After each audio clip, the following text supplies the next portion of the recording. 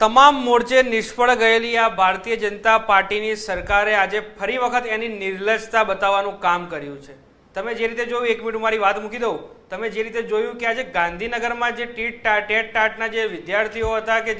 જે લોકોની માંગણી જે છે કે અમને કાયમી ભરતીના ધોરણે લો,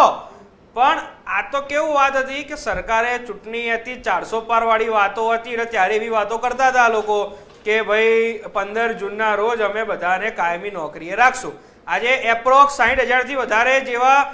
પદો જે શિક્ષકના છે તે ખાલી પડ્યા છે, પણ હવે આ તો કેવું છે કે ચૂંટણીનો મત મળી ગયા, સરકાર બની ગઈ, ઉપર વાહવા થઈ ગયું, બધું કામ પતી ગયું, એટલે હવે પાછો લોકો ઉપર અત્યાચાર કરવાનું આ સરકારે ચાલુ કર્યું છે। અને આ સરકારની પહેલેથી નીતિ જ આ છે। આ સરકાર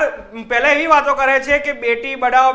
બેટી બચાવો, બેટી પઢાઓ એવી વાતો કરે છે, નારી સશક્તિકરણની વાતો કરે છે, પડેગા ઇન્ડિયા તभी તો बढ़ेगा ઇન્ડિયાની વાતો કરે છે, પણ આ સરકારની કથની અને કરણીમાં ઘણો ફરક છે। કારણ કે તમે જોવો કે જે શાંતિ લોકશાહીમાં ધરણા કરવા, આંદોલન કરવું, શાંતિપૂર્વક રીતે આંદોલન કરવું, તે એક લોકશાહીનો પાયો છે અને લોકશાહીનો અધિકાર છે। આ બધા વિદ્યાર્થીઓ ત્યાં આવીને એવું તો નથી કર્યું કે બસ તોડી નાખી, સરકારી પ્રોપર્ટીઓ તોડી નાખી। શાંતિપૂર્વક રીતે વિદ્યાર્થીઓ ત્યાં સત્યાગ્રહ છાવણીમાં આવીને જ્યારે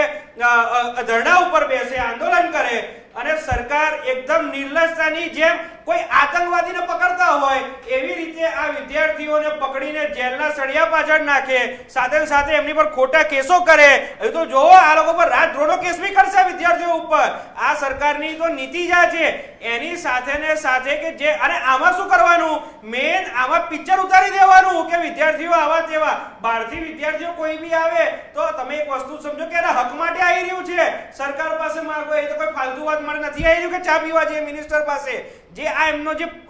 પ્રોજેક્ટ હતો જ્ઞાન સહાયકનો, કે જેમાં વૈકલ્પિક જે શિક્ષક છે તે ત્યાં મળે એમને, કે ફોર એક્ઝામ્પલ જ્યારે કાયમી શિક્ષક કે ત્યાં જગ્યા ખાલી હોય તો વૈકલ્પિક શિક્ષક ત્યાં એમને મળી રહે। એ સરકાર એ જે પ્રોજેક્ટ છે એમાં જે કાયમી નોકરી છે એ તો લોકોને મળી નહીં, અને આ વૈકલ્પિક લોકો, આઉટસોર્સ વાળા લોકો, પ્રાઇવેટ લોકો આવીને જેમનો હક જમાવે છે, અને આ ટીટ ટાટના લોકોને હજુ પણ ન્યાય મળ્યો નથી। અને હું તો તમને કહું છું, આવનારા સમયમાં કોંગ્રેસ પક્ષ આ ટીટ ટાટના વિદ્યાર્થીઓની સાથે છે, અને કોઈ પણ તકલીફ પડે તો આજે અમારા જેમ કે યુવા ધારાસભ્ય જિગ્નેશભાઈ બી ત્યાં હતા, ગોપાલભાઈ ઇટાલિયા બી ત્યાં હતા, એટલે બધા જ લોકોએ જોયું છે આ આતંકવાદી જેવું દ્રશ્ય આ ગુજરાતને ગુંડા રાજમાં આ ભારતીય જનતા પાર્ટીની સરકાર ફરાવવા માંગે છે।